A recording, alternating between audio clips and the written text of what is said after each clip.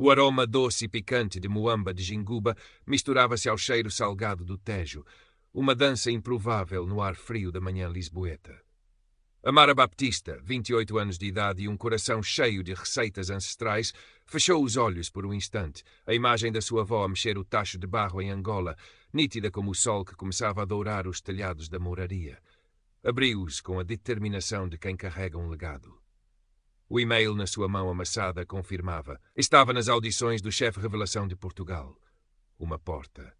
Talvez a única que precisava. O estúdio de televisão, frio e impessoal, era um universo à parte do seu pequeno apartamento na Graça, onde as panelas velhas eram confidentes e os temperos a sua mais fiel linguagem. Amara sentiu o peso dos olhares enquanto montava o seu prato, uma reinterpretação da cachupa rica, com o milho a estalar de frescura e o toque fumado do chouriço caseiro que uma tia ainda fazia no barreiro. À sua frente, a bancada dos jurados parecia um tribunal.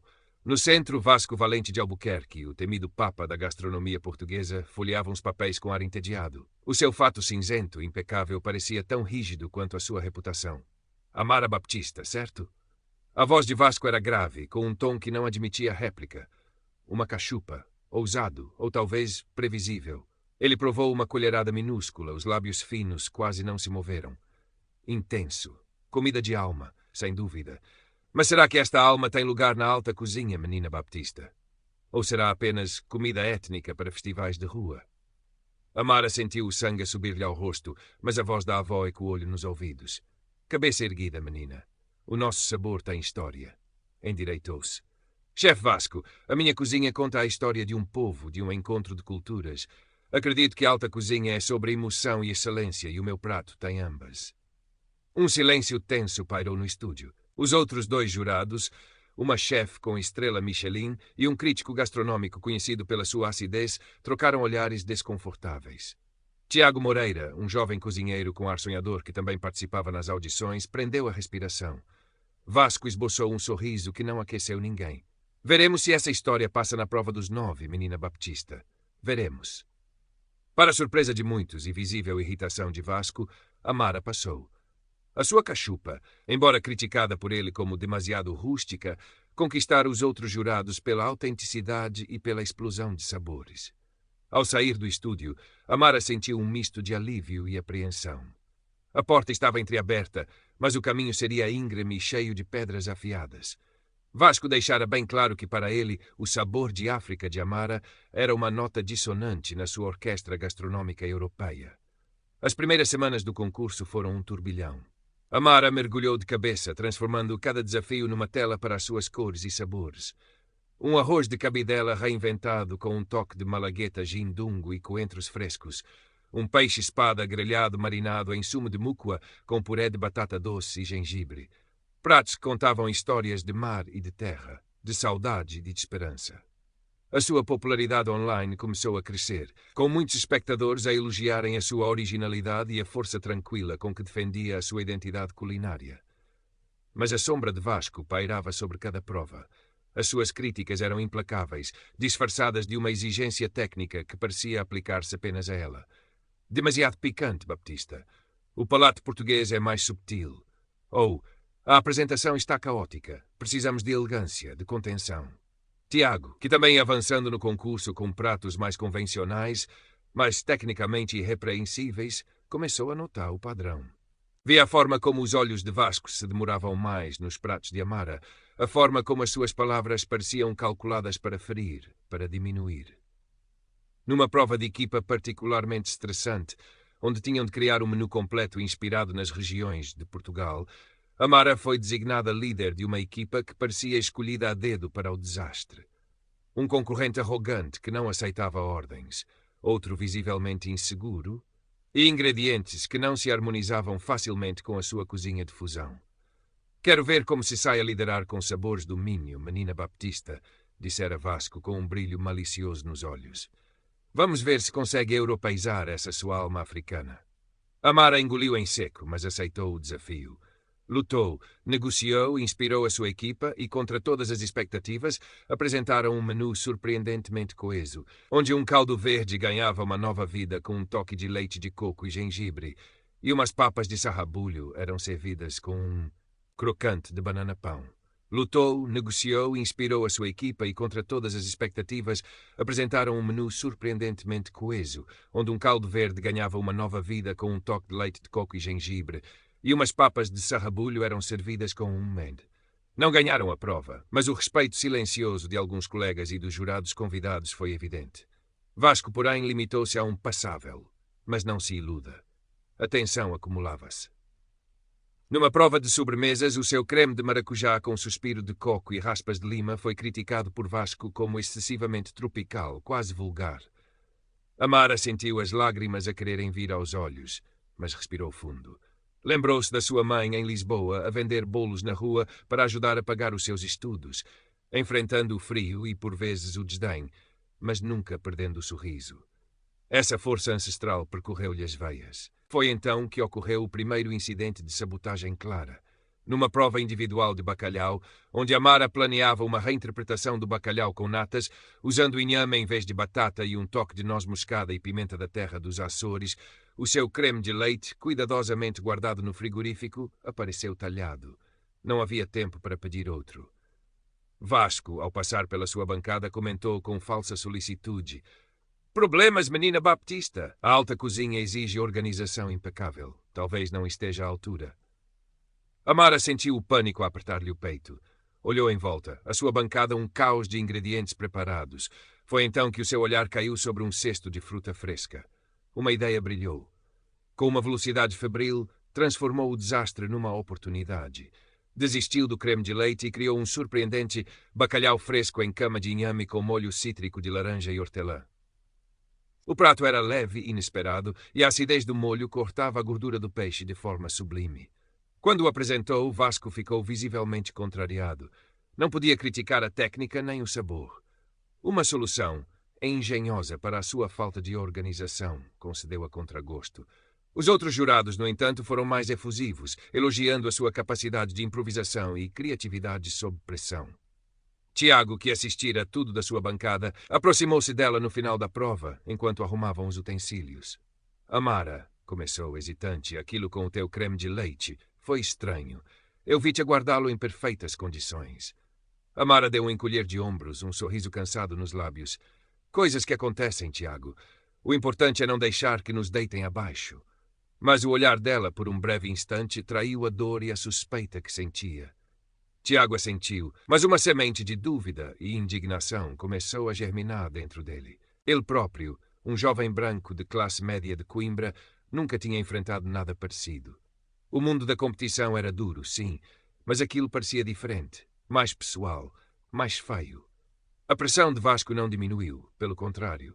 Começou a usar a sua plataforma online, o seu blog influente, para escrever artigos sobre a pureza da gastronomia portuguesa e os perigos da descaracterização por influências exóticas mal integradas. Nunca mencionava o nome de Amara, mas as entrelinhas eram claras para quem acompanhava o concurso. Amara lia aquilo com o coração apertado, mas recusava-se a responder.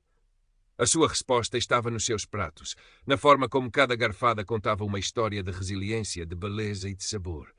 Numa noite particularmente difícil, depois de Vasco ter dissecado publicamente um dos seus pratos mais pessoais, uma muamba de galinha que a sua avó lhe ensinara, Amara ligou à mãe.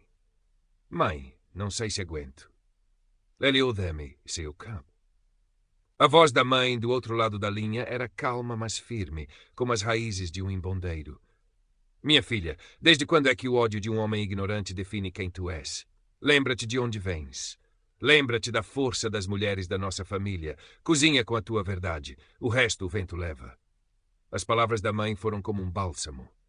Amara enxugou as lágrimas e, na manhã seguinte, voltou para a cozinha do concurso com uma determinação renovada. O desafio seguinte envolvia um chefe convidado internacional, um renomado mestre da cozinha de fusão asiática, conhecido por não se deixar influenciar por políticas internas de concursos. Vasco estava visivelmente tenso. Amara decidiu arriscar tudo. Apresentou um caril de camarão e mandioca com leite de coco e gindungo fumado, um prato vibrante, complexo e profundamente aromático, que equilibrava na perfeição o doce, o picante, o ácido e o umami. O chefe convidado provou. Fechou os olhos por um momento e depois sorriu. "Magnífico", declarou. Uma sinfonia de sabores, inteligente, ousado e, acima de tudo, delicioso. Parabéns, jovem. Vasco teve de engolir em seco e aplaudir diplomaticamente, mas o seu olhar para Amara era de puro veneno. Tiago, por sua vez, sorriu abertamente para ela, um sorriso de genuína admiração e alívio. Aquele momento deu a Amara um novo fôlego e a Tiago uma convicção ainda maior de que precisava de estar atento. O concurso aproximava-se das fases finais. A tensão era quase insuportável. Vasco, sentindo que Amara se tornava perigosamente popular junto do público e os patrocinadores que apreciavam a sua história de superação e a sua personalidade cativante, decidiu que precisava de uma estratégia mais agressiva. Não podia continuar a atacá-la apenas com críticas subjetivas. Precisava de algo que a desmoralizasse de forma irrefutável. Numa prova dedicada aos clássicos da pastelaria portuguesa, onde Amara se propôs a criar uma tarte de requeijão com doce de abóbora e um toque de flor de laranjeira, aconteceu o segundo incidente de sabotagem, desta vez mais grave. Enquanto a sua tarte estava no forno, alguém, aproveitando um momento de distração geral causado por uma pequena falha técnica num dos outros fogões, abriu brevemente a porta do forno de Amara e, mais tarde, quando ela retirou a tarte para arrefecer, notou que uma porção significativa do recheio tinha sido discretamente retirada, deixando um buraco inestético e comprometendo a estrutura da fatia que teria de apresentar. Amara sentiu o chão a fugir-lhe dos pés. Desta vez, não havia como improvisar. O tempo estava a esgotar-se. Olhou em volta, desesperada, e o seu olhar cruzou-se com o de Tiago. Ele tinha estado a observá-la, preocupado, e pareceu perceber que algo de muito errado se passava. Vasco, por sua vez, mantinha um ar de olímpica indiferença, conversando animadamente com uma das juradas. — O que aconteceu? Murmurou Tiago, aproximando-se. Amara mostrou-lhe a tarte, os olhos brilhantes de lágrimas contidas. — Alguém mexeu nela, Tiago. Estava perfeita. Tiago examinou a tarte, o rosto contraído numa expressão de raiva crescente. Isto não pode ser coincidência, Amara. Primeiro o creme de leite, agora isto. Alguém está a tentar tramar-te. Nesse momento, Vasco anunciou que faltavam apenas 5 minutos para a apresentação. Amara sentiu um nó na garganta. Apresentar a tarte naquele estado seria uma humilhação. Seria a prova de que ela era, como Vasco tanto queria demonstrar, descuidada e incompetente. Foi Tiago quem teve a ideia. — Olha, disse ele rapidamente, eu já terminei o meu bolo de chocolate. Não está espetacular, mas está apresentável. Pega numa fatia do meu.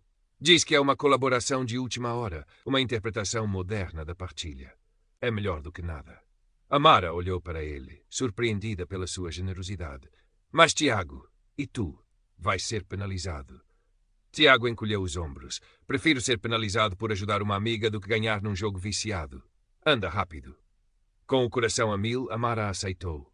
Quando chegou a sua vez, apresentou a fatia do bolo de chocolate de Tiago ao lado da sua tarte danificada, explicando com uma voz trêmula mas firme que, perante um infeliz acidente de última hora, com a sua tarte, tinha decidido apresentar também uma pequena amostra da camaradagem e apoio que existia entre os concorrentes, oferecendo uma criação do seu colega Tiago. Vasco olhou-a com desprezo. Que comovente, menina Baptista, mas isto é uma competição individual, não uma festa de caridade. E a sua tarte, francamente, está impresentável. Contudo, os outros jurados, embora confusos, pareceram apreciar a honestidade de Amara e a atitude de Tiago. Amara não ganhou a prova, mas também não foi eliminada, em grande parte porque a sua fatia de bolo de chocolate, a de Tiago, recebeu elogios pela sua simplicidade e sabor. Tiago, como previsto, foi repreendido pela sua falta de foco, mas o seu olhar para Amara dizia que não se arrependia. Nos bastidores, Tiago estava mais determinado do que nunca. — Amara, eu vi um dos assistentes de produção perto do teu forno quando aquilo aconteceu. Um tipo chamado Zé Manel, que está sempre a bajular o chefe Vasco. Vou ficar de olho nele. Amara agradeceu-lhe, comovida. Pela primeira vez em semanas, não se sentia completamente sozinha naquela arena de tubarões. A aproximação da semifinal aumentava a pressão sobre Vasco. Amara, apesar de todas as tentativas dele, continuava a ser uma forte candidata, e a sua história começava a ser contada em alguns blogs e redes sociais, pintando-a como uma David a lutar contra um Golias arrogante. Vasco precisava de uma cartada final, algo que a destruísse profissional e moralmente. E ele achava que a tinha encontrado. Descobrira, através de um dos seus muitos informadores, que Amara, no início da sua carreira, tinha trabalhado por um curto período num pequeno restaurante em Alfama, que fora mais tarde brevemente investigado por alegadas irregularidades sanitárias. Uma investigação que fora arquivada sem acusações, mas que deixara uma nódoa no historial do estabelecimento, já depois de Amara ter saído. Era pouco, mas nas mãos de Vasco podia tornar-se numa arma letal. A semifinal chegou, envolta numa atmosfera elétrica. O tema era herança e futuro, e os concorrentes tinham de criar um prato que representasse as suas raízes e a sua visão para a gastronomia. Amara decidiu preparar uma caldeirada da diáspora, um prato ambicioso que combinava peixes e mariscos do Atlântico com vegetais e especiarias de África, tudo cozinhado lentamente num tacho de barro e servido com um arroz de coentros e lima. Era a sua história num prato, uma homenagem à sua avó, à sua mãe e à sua própria jornada. Enquanto cozinhava, sentia os olhos de Vasco nela, frios e calculistas. Tiago, na sua bancada, preparava um prato complexo à base de leitão, mas os seus olhos desviavam-se frequentemente para Amara e para os movimentos de Zé Manel, o assistente de produção que se tornara o seu principal suspeito. Quando chegou o momento de Amara apresentar o seu prato, o estúdio ficou em silêncio. A caldeirada fumegava, libertando um aroma complexo e convidativo. Amara começou a explicar a inspiração por detrás da sua criação, a voz embargada pela emoção. Este prato é a minha verdade, disse ela. É a união de dois continentes no meu coração e na minha cozinha. Vasco ouviu-a com um sorriso trocista. Quando ela terminou, ele não comentou o prato. Em vez disso, disse, com uma gravidade ensaiada: Menina Baptista, antes de provarmos esta sua verdade, tenho uma questão um pouco mais terrena para si. É verdade que trabalhou no restaurante O Pescador de Alfama entre 2020 e 2021? Amara franziu o sobrolho, apanhada de surpresa. Sim, chefe. Foi um dos meus primeiros empregos. E tem conhecimento, continuou Vasco, a voz a ganhar um tom acusatório, que esse mesmo estabelecimento foi alvo de uma investigação da ASAI por graves falhas de higiene e segurança alimentar pouco depois da sua saída. O sangue fugiu do rosto de Amara. Eu soube de uma investigação, sim, mas foi depois de eu já não trabalhar lá, e creio que foi arquivada. Arquivada sim, disse Vasco, saboreando cada palavra, mas a nódoa ficou. E a questão que se impõe, menina Baptista, é que tipo de práticas aprendeu ou tolerou nesse ambiente? Podemos confiar que os seus métodos atuais cumprem os mais elevados padrões de higiene que este concurso e a alta cozinha exigem. Ele virou-se para as câmaras. Senhoras e senhores, a segurança alimentar é primordial. Não podemos ter qualquer dúvida sobre a integridade dos nossos concorrentes. Amara estava petrificada. Era um golpe baixo, sujo, que nada tinha a ver com a sua comida. Sentiu os olhares de todos sobre si, a dúvida, a suspeita. As lágrimas ameaçavam transbordar. Foi nesse instante que Tiago, que tinha estado a observar Zé Manel a mexer discretamente num pequeno objeto perto da bancada de Amara, momentos antes de ela levar o prato para os jurados, deu um passo em frente. Chefe Vasco, com o devido respeito, disse Tiago, a voz surpreendentemente firme, acho que há aqui algo mais que precisa de ser esclarecido, e não tem a ver com o passado da Amara. Todos os olhares se viraram para Tiago. Vasco fuzilou-o com os olhos. O que quer dizer com isso, Moreira? Não se meta onde não é chamado. Quero dizer, continuou Tiago, que vi o seu assistente, o Zé Manel, a colocar algo no lixo perto da bancada da Amara há pouco. E antes disso, viu-a rondar os ingredientes dela de uma forma muito suspeita. Tiago caminhou até ao pequeno caixote do lixo e, para choque de todos, retirou um pequeno frasco vazio, quase invisível, que tinha um rótulo minúsculo com um símbolo de perigo. E pergunto-me se isto, disse ele, levantando o frasco, não seria uma tentativa de contaminar o prato da Amara para justificar estas suas acusações sobre higiene. O caos instalou-se no estúdio.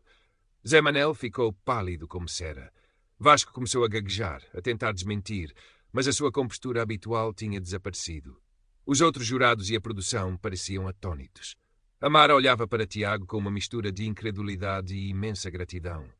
A câmara principal, que transmitia em direto, continuava a gravar, captando cada momento daquele drama inesperado. A caldeirada da diáspora de Amara permanecia intocada na bancada dos jurados, o seu aroma a única coisa pura e honesta naquele turbilhão de acusações e revelações.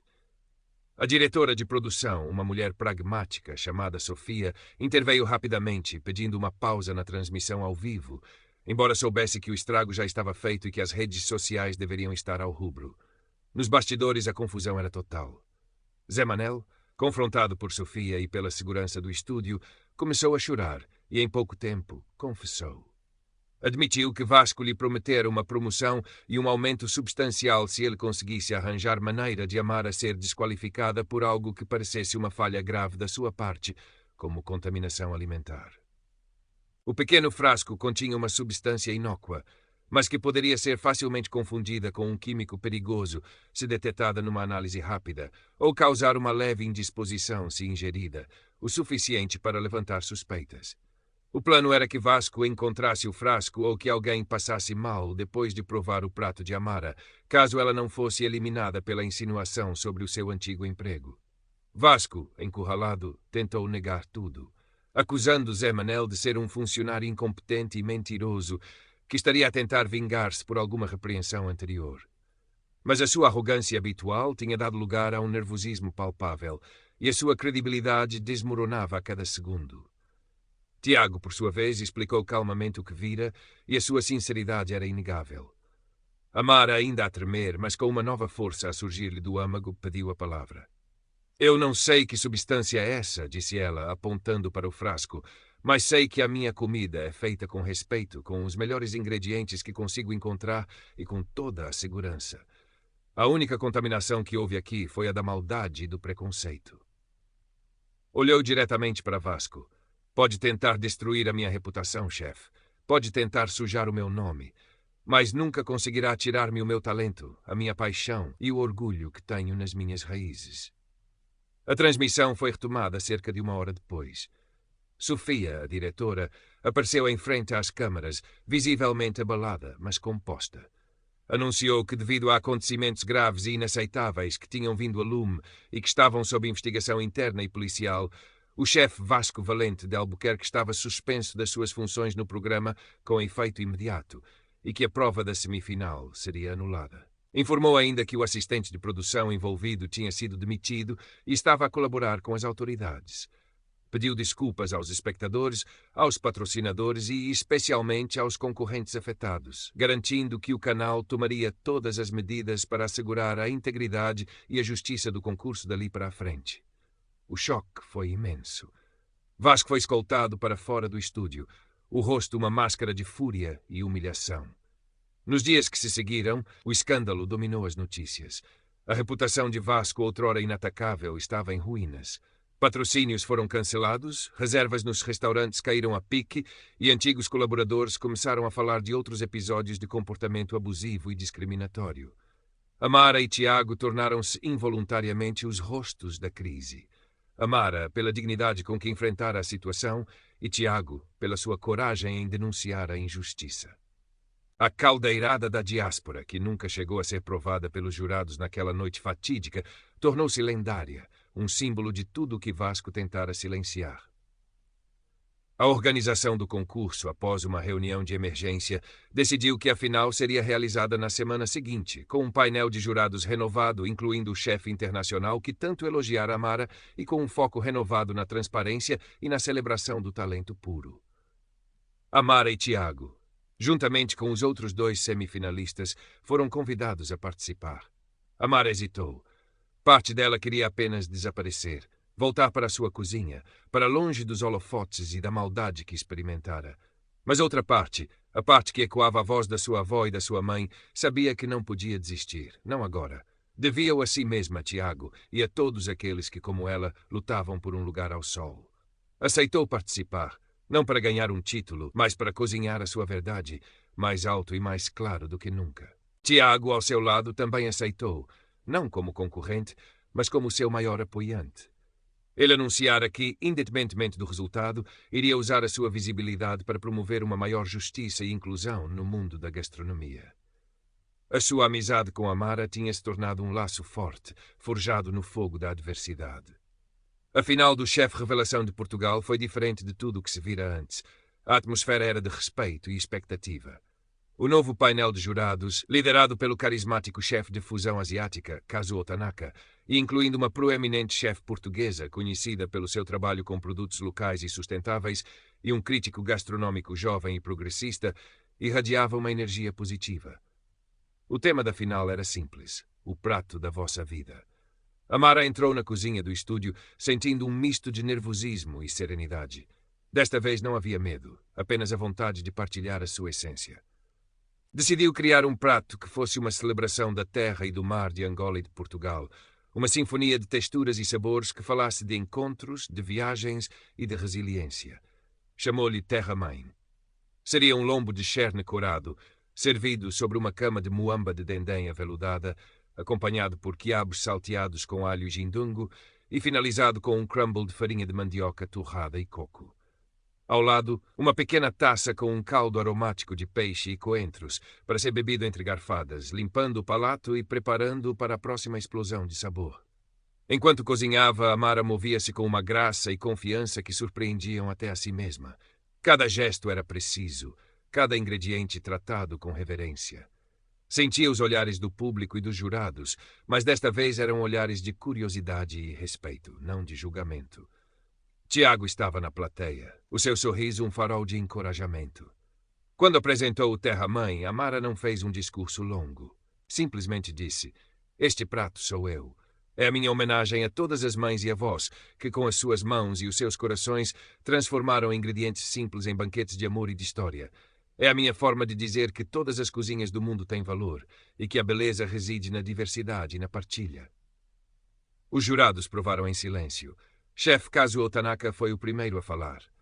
"Amara", disse ele, os olhos brilhantes, "este prato não é apenas comida, é poesia. É uma história contada com uma mestria e uma sensibilidade que raramente se encontram. Cada elemento está em perfeita harmonia e o equilíbrio de sabores sublime. É sem dúvida um prato de um grande chefe." Os outros jurados concordaram, tecendo elogios à técnica, à criatividade e, acima de tudo, à alma que Amara imprimira na sua criação. No final, quando o vencedor foi anunciado, o nome de Amara Baptista ecoou pelo estúdio. As lágrimas vieram, desta vez de alegria e de alívio. Abraçou Tiago, que chorava tanto quanto ela. O público aplaudiu de pé durante vários minutos. Amara era a nova chefe revelação de Portugal, mas mais do que isso, era um símbolo de esperança e de mudança. Nos meses que se seguiram, a vida de Amara transformou-se. O prémio do concurso, juntamente com o apoio de investidores que ficaram impressionados com o seu talento e a sua história, permitiu-lhe realizar o seu sonho. Abriu o seu primeiro restaurante em Alfama, não muito longe do mercado onde tantas vezes buscara inspiração. Chamou-lhe Raiz en Atlântico. Era um espaço pequeno, acolhedor, com paredes caiadas de branco, azulejos coloridos e o aroma constante de especiarias exóticas e ervas frescas. Tiago tornou-se o seu sous-chefe e braço direito, a sua amizade e parceria profissional a florescerem. O Raiz Atlântico rapidamente se tornou um dos restaurantes mais falados de Lisboa. As críticas eram entusiásticas, elogiando a cozinha de Amara pela sua originalidade, pela sua profundidade de sabor e pela forma como celebrava a fusão das culturas africana e portuguesa. Pessoas de todas as origens faziam fila à porta, ansiosas por provar os pratos que tinham visto Amara criar na televisão e por descobrir novas criações que brotavam da sua imaginação incansável. Amara não se esqueceu das suas origens, nem da luta que travara. Usou a sua nova plataforma para dar voz a outros chefes de minorias, criando workshops e programas de mentoria. Contratou jovens talentos dos bairros periféricos, oferecendo-lhes as oportunidades que a ela lhe tinham sido tantas vezes negadas. O seu restaurante tornou-se mais do que um lugar para comer. Tornou-se um ponto de encontro, um espaço de celebração da diversidade e da inclusão. Quanto a Vasco Valente de Albuquerque, a sua queda foi tão espetacular quanto a sua arrogância anterior. Enfrentou processos judiciais, perdeu grande parte da sua fortuna e influência e tornou-se uma figura pária no mundo da gastronomia. O seu nome, outrora sinônimo de poder, passou a ser uma advertência sobre os perigos do preconceito e do abuso de poder. Numa tarde soalheira de primavera, Amara estava na cozinha do Raiz en Atlântico, a supervisionar a preparação para o serviço da noite. O aroma do caril de amendoim misturava-se com o da moqueca de peixe. Olhou pela janela e viu a azáfama da rua, as buganvílias a treparem pelas paredes, o Tejo a brilhar ao longe. Um sorriso sereno iluminou-lhe o rosto. A jornada tinha sido árdua, cheia de obstáculos e de dor, mas cada passo, cada lágrima, cada prato cozinhado com amor e verdade tinha valido a pena. A sua cozinha, antes desprezada, era agora celebrada. E ela sabia, com uma certeza que lhe aquecia a alma, que a sua história, e a história de tantos outros como ela, estava apenas a começar a ser contada. A mesa estava posta e havia lugar para todos. O sucesso do Raízium Atlântico não subiu à cabeça de Amara. Continuava a ser a mesma mulher humilde e trabalhadora, dedicada à sua arte e à sua comunidade. Todas as manhãs, antes de o sol nascer por completo sobre as colinas de Lisboa, ela ia pessoalmente ao mercado da Ribeira ou a pequenos produtores nos arredores da cidade, escolher os ingredientes mais frescos. Conversava com os vendedores, muitos deles também imigrantes, trocava receitas, aprendia sobre novos produtos. Para ela, a ligação com a origem dos alimentos era sagrada. Tiago era o seu pilar. A sua lealdade e o seu talento tranquilo complementavam a energia vibrante de Amara. Juntos formavam a dupla imbatível na cozinha, experimentando, criando e rindo muito.